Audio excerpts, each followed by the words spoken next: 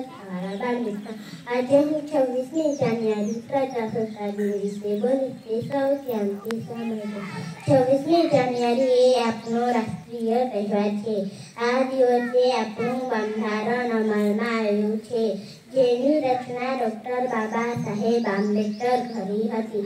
આ દિવસે બધી સરકારી કચેરીઓમાં રાષ્ટ્રધ્વજ વંદન કરવામાં આવે છે. દિલ્હીમાં આપણા રાષ્ટ્રપતિ શ્રી દ્રૌપદી મુર્મુ રાષ્ટ્રધ્વજ ફરકાવે છે. પછી 3 સેનાની લશ્કરી પરેડ થાય છે. સાંસ્કૃતિક ઝાંખીઓ અને ગીત ગવાય છે.